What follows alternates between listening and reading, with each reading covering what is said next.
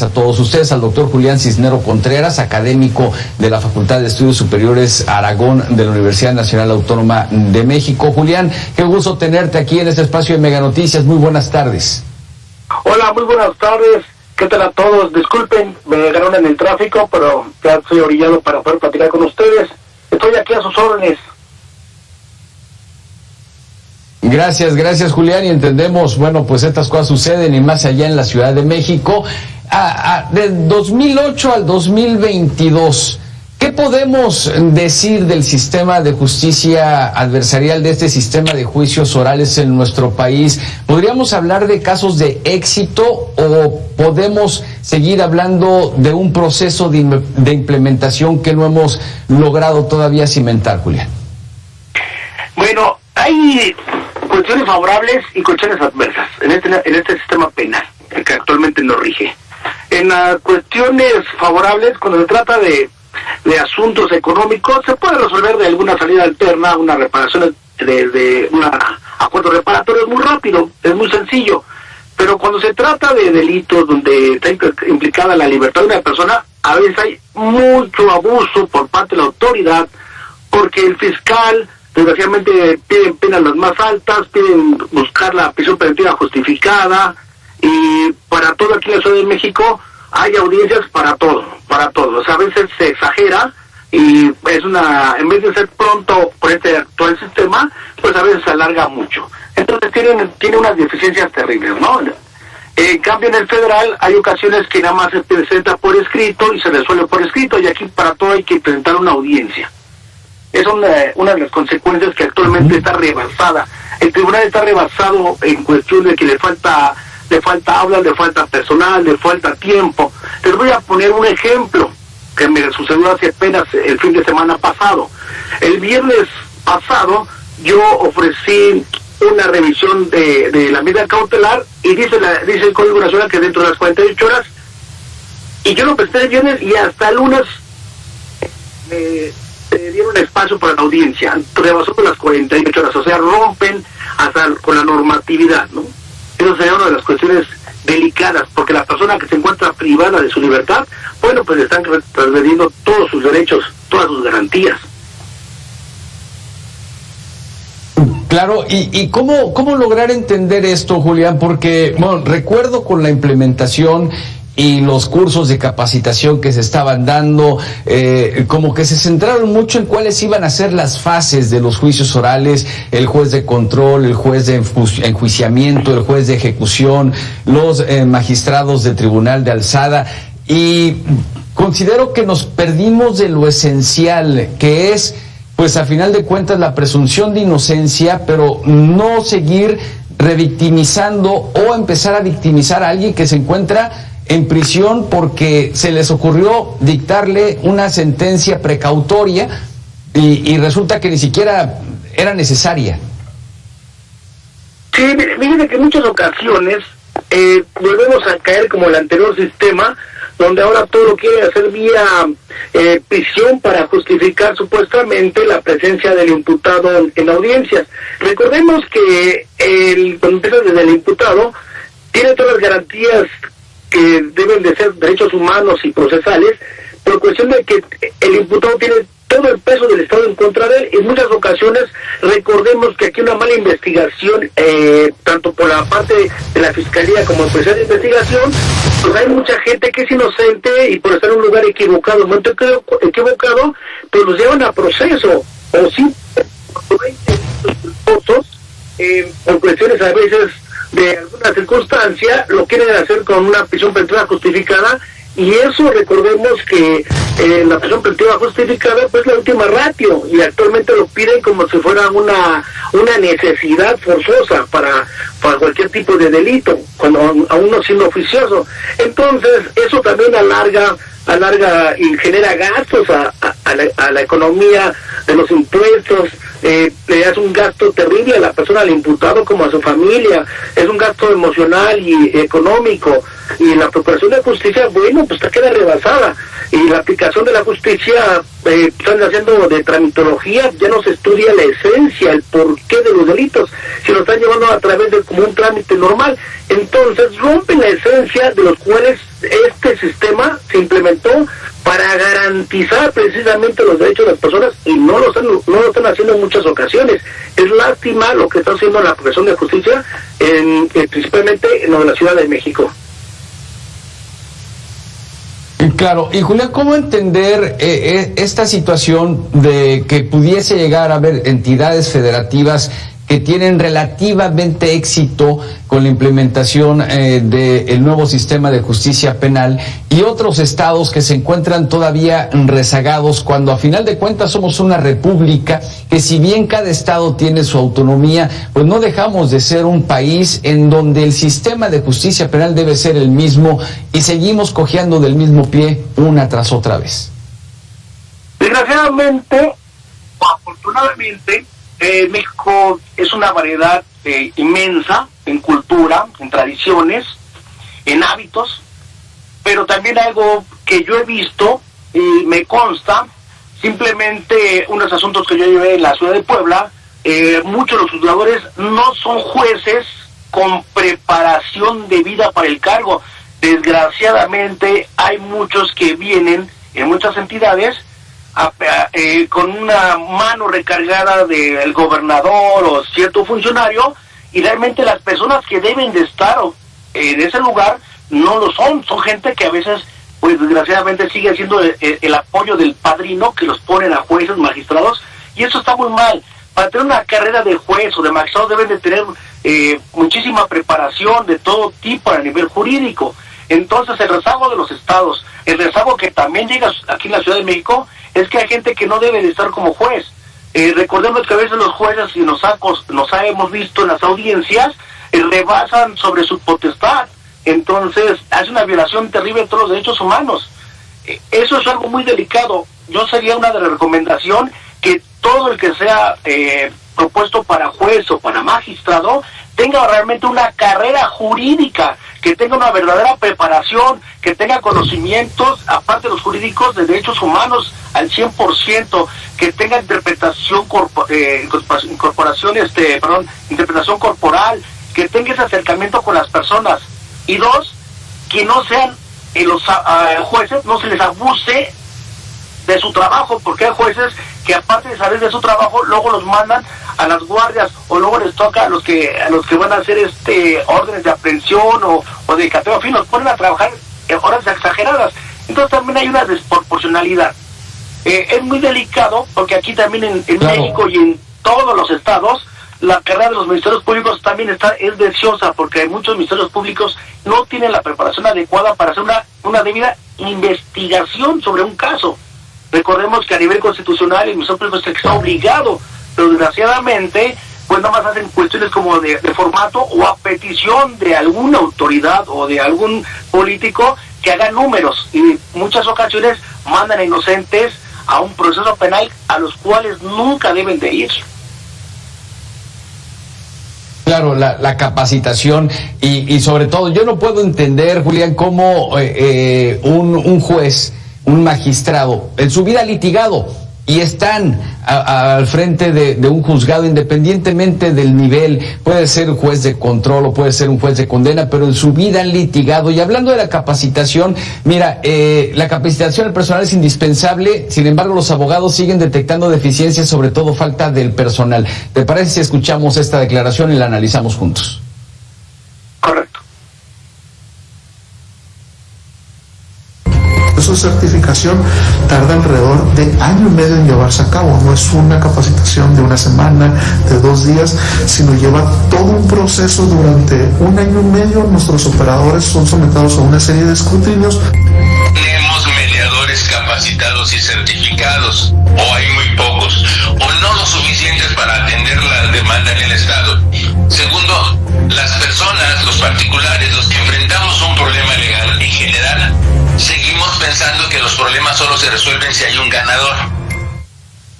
Hablamos de capacitación, pero desde que se implementaron los juicios orales en nuestro país, han pasado muchos años, como que ese año y medio, 2 años de capacitación, Julián, pues ya fueron rebasados, pero seguimos viendo que no hay desde el inicio, ahora sí que dentro de todo este proceso, desde el primer respondiente, desde el llenado de la hoja de custodia, vaya, simplemente no hay capacitación adecuada en México, Julián. Así es, mire, desgraciadamente estamos en ese tema tan terrible. Vamos a poner el ejemplo muy claro. Los elementos policíacos, los que conocemos en la calle, en las patrullas, en sus motocicletas, a mí me ha tocado darles capacitación porque en su institución les dan capacitaciones de unas cuantas horas, y personas que realmente no tienen a veces ni preparatoria ni secundaria terminada, pues no pueden entender todo ese tema tan complejo, cómo hacer una debida cadena de custodia, cómo llenar los formatos. Entonces, yo me ha tocado que el mismo Ministerio Público les tiene que estar dictando cómo hacerlo. Entonces, todo se vicia. Entonces, cuando suben a juicio al pobre elemento policíaco, llego pobre elemento policíaco en el sentido no predativo, sino en el sentido de que no le den la capacidad, y él sufre y va a tener equivocaciones, y es donde los abogados litigantes, la defensa, bueno, de ahí va a agarrar esos errores, y hay ocasiones que es indebido. Pero la cuestión es que la autoridad no da la preparación debida. Esa es una. 2, los defensores de oficio están rebasados en asuntos. Los defensores de oficio tienen una carga exagerada. Entonces también no hay una preparación para cada asunto y a una adecuada preparación. Y todo de ahí es una cadena. Ministerios públicos, con algunos con falta de preparación, o ponen siempre al auxiliar o a la persona que está aprendiendo a que haga todo. 2, la defensa de la oficial de oficio sacada carga de trabajo, muchas ocasiones ni siquiera se encuentran en las agencias de Ministerio Público, sino nada más le llaman para firmar. 3, los elementos policíacos, desgraciadamente muchos, que es la mayoría, no están debidamente preparados para hacer bien su trabajo, tanto de investigación como cadena de custodia, en fin. Algunos que ya tienen muy buena preparación, pero son los mínimos. 4, llegamos a los juzgados, cuando se sube con un juzgador, y entonces la defensa, si es una defensa bien preparada, ya vienen los errores. Si la fiscalía no lleva bien integrada toda su capacidad de investigación, su teoría del caso pues viene errónea, entonces va a tener muchas deficiencias. Siguiente, si le toca por cuestiones a un juez que no está debidamente preparado, pues siempre va a hacer lo que la fiscalía solicite. Entonces hay un gran problema. Los jueces, ¿por qué yo me quejo de los jueces? Sí, efectivamente, hay jueces que son excelentes, pero también hay jueces que les falta mucho criterio. ¿Por qué? Porque no han estado del área administrativa y nunca en su vida han llevado un asunto, y del otro lado es muy distinto. Para ser juez, yo creo que también tienen que ser trabajados de los dos lados, para entender bien los asuntos y también la cuestión humana, jurídica, y recordar que no nada más siempre es cuestiones de legalidad, sino también hay cuestiones de justicia. Lo que se busca es la justicia, no la legalidad. Entonces, confunden estas circunstancias, y lo más delicado es que siempre el gobernado, ya sea tanto el posible imputado o la víctima, terminen sufriendo los errores de la falta de justicia. Claro, y justicia, bueno, tú lo sabes como abogado, la parte filosófica, una definición o tratar de definir la justicia como tal, pues es extremadamente complicado. Ha sido una discusión de siglos, ¿no? Lo que es justo para unos puede llegar a ser injusto para otros. Pero más allá de esto, el término obviamente legal de justicia plena, lo que debe ser de acuerdo a las leyes, de acuerdo a los procedimientos y procesos que se lleven a cabo de la mejor manera posible. Y parte de lo que mencionabas hace un momento, Julián, porque hay distintas opiniones y en distintas entidades federativas que tienen mucho que ver a lo mejor los juicios mercantiles. Por ejemplo, el caso de Oaxaca, ¿no? El estado de Oaxaca ocupa en el país la entidad número 17 en cuanto al número de sentencias presentadas en el año 2021. Y de acuerdo al INEGI, se han realizado allá en el estado de Oaxaca 302 procesos civiles, 182 familiares, 93 demandas mercantiles y 18 de otras materias. Estamos hablando que en materia penal pues no hay demasiada tela de dónde cortar, a final de cuentas tampoco en Oaxaca, porque se establecieron procesos distintos para la parte mercantil, para la parte familiar. ¿no se pudiese ya trasladar a la parte de lo penal también, Julián? Mire, en cuestión de otras materias, recordemos que cada materia tiene especificaciones muy claras por simplemente por la materia. Pero si nos vamos a vía penal, recordemos que Oaxaca, a comparación de la Ciudad de México, bueno, Oaxaca, su población y la cuestión geográfica, no se compara nada a lo que es la Ciudad de México y la zona conurbada, porque aquí vemos millones concentrados en una pequeña zona que es la Ciudad de México y zonas conurbadas, los que nos rodean, los municipios que nos rodean, pues es una inmensidad, ¿no? Aquí tenemos una cantidad de asuntos increíbles. Veamos simplemente los juzgados familiares o civiles están rebasados, están al tope, no tienen ni espacio, ¿no? En materia penal también no tienen tiempo para las audiencias, no hay salas, en fin. En comparación de Oaxaca, bueno, llevo muchos años que no llevo un litigio, yo creo que hace 8 años llevo un litigio en Oaxaca.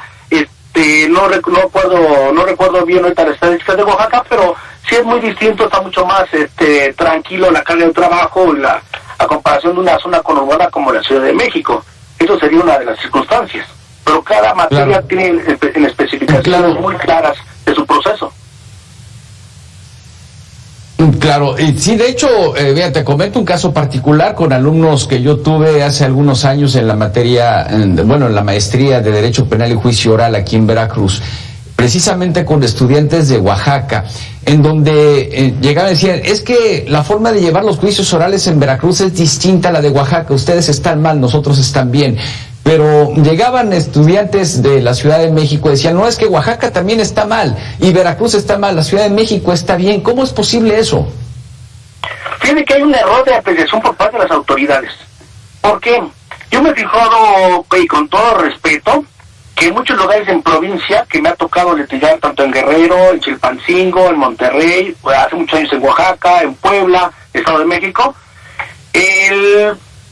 a veces en provincia a mí me han contratado por una razón a veces muy fuerte.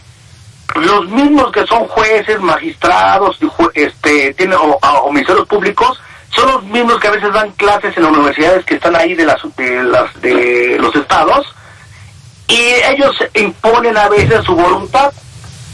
Y es porque si un abogado, por ejemplo, cuando me tocó Monterrey, si un abogado se oponía a lo que decía el magistrado, que era el maestro y director de unas universidades, pues tenía un paso en contra de él, porque cuando él quisiera participar o quisiera ser funcionario, le iban a poner el pie, desgraciadamente, como se dice en el argot.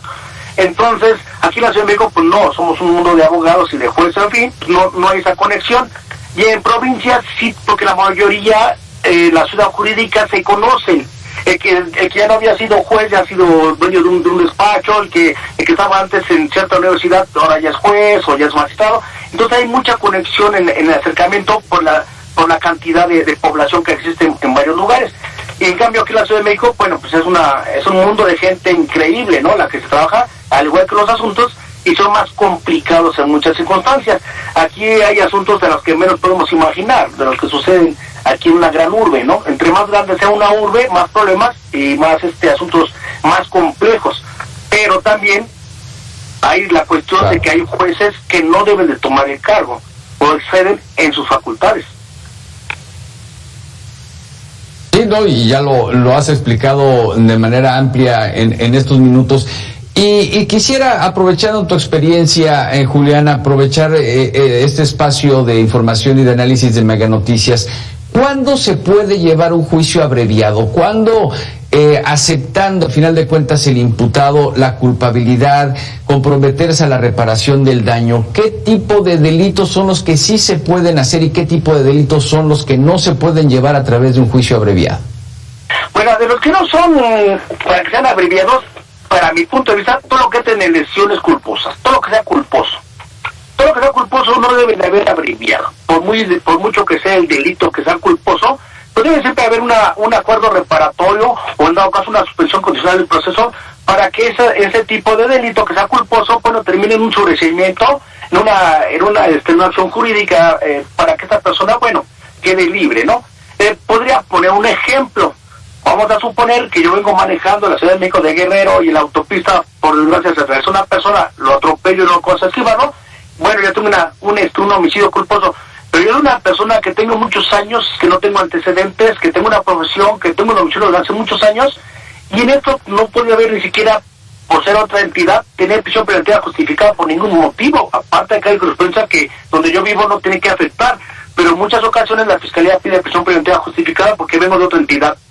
Entonces aquí no debe de haber eso, aquí debe de haber simplemente ni el abreviado, aquí debe haber una suspensión como debe de ser siempre, una suspensión de condiciones del proceso, hacer la reparación a los ofendidos por la víctima y seguir la vida de todos, no debe transcurrir.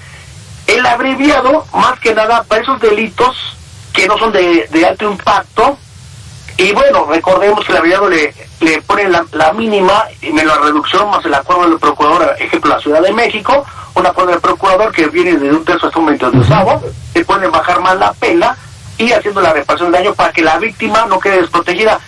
Entonces, todo lo que sea delito culposo, de mi punto de vista, no debe de pisar reclusorio, jamás, o no se debe de justificar, es un excedente. Dos, tenga oportunidad para que la víctima pueda recibir la reparación del daño por parte del imputado. Vamos a suponer otro ejemplo, las personas cuando denuncian que una persona no cumple con su obligación alimentaria, lo pueden privar de su libertad, se me hace exagerado. Dice, es una forma de presionar, no es cierto, es una violación de la libertad de una persona, que es lo más sagrado. Entonces, si una persona está detenida, ¿cómo puede cumplir la obligación alimentaria? Es absurdo. Esas personas jamás deben de pisar reclusorio. Sí deben ser advertidos, deben ser otras medidas de sanción, y por último, si no cumple con todo lo que ya se le ha notificado, bueno, puede ser la última ratio, por eso la prisión preventiva justificada. Entonces, por mi punto de vista, con la experiencia que llevo más o menos del año 92 que empecé a trabajar en materia penal, todos los culposos no debe haber prisión preventiva de ningún tipo de justificación. Excepción de las personas que ya de por sí han tenido varios, que se dedican a varios, que se entiende que ya no fue culposo, sino ya hizo una maniobra escondida, ¿no? Para hacerlo pasar por culposo, que es un asunto en especial. Y bueno, y los delitos nada más de alto impacto, que sea realmente, que haya una relación para poder comprobar si sería prisión preventiva justificada, sino también sería una violación a sus derechos completamente terrible, ¿no? Yo he escuchado en los ministerios públicos, y al igual que los jueces, que dicen, es que estuvo en el momento y en el lugar y en la ocasión. A ver, momento, el hecho que yo vaya pasando por un lugar no significa que yo haya cometido el delito. Tienen que estudiar bien esa parte. Entonces ellos justifican mucho, el mismo imputado dijo que se encontraba ahí, que iba pasando. Pues se lo está admitiendo que está ahí, pero no significa que lo haya cometido. Entonces hay que tener mucho cuidado en esa cuestión circunstancial. Y bueno, y a los culposos no debe de haber prisión abreviado, solamente delitos que no sean de alto impacto, para que ellos alcancen rápido su salida del reclusorio, siempre y cuando haga la reparación del daño integral a la víctima, que sea también comprobado, porque también hay delitos inventados y sabemos que con la prisión obligamos a que otra persona se haga negocio para que pague a la supuestamente víctima. Bien, pues Julián, un gran aprendizaje el que de seguro toda nuestra audiencia en Mega Noticias se ha llevado el día de hoy con esta charla. Te agradezco mucho estos minutos de análisis y de enseñanza, sobre todo sobre el sistema de justicia penal en nuestro país. Que tengas una excelente tarde y mucha suerte en el tráfico y mucho éxito en el trabajo. Pues muchas gracias y disculpen, no alcancé aquí la ciudad está imposible ahorita con el tráfico, ya volvió a la normalidad y discúlpenme que no alcancé a llegar a la oficina para conectarme como debe ser, atenderlos a ustedes. Les mando un fuerte abrazo igualmente y me encuentro a sus órdenes. Gracias doctor, igualmente un fuerte abrazo. Fuerte abrazo para él.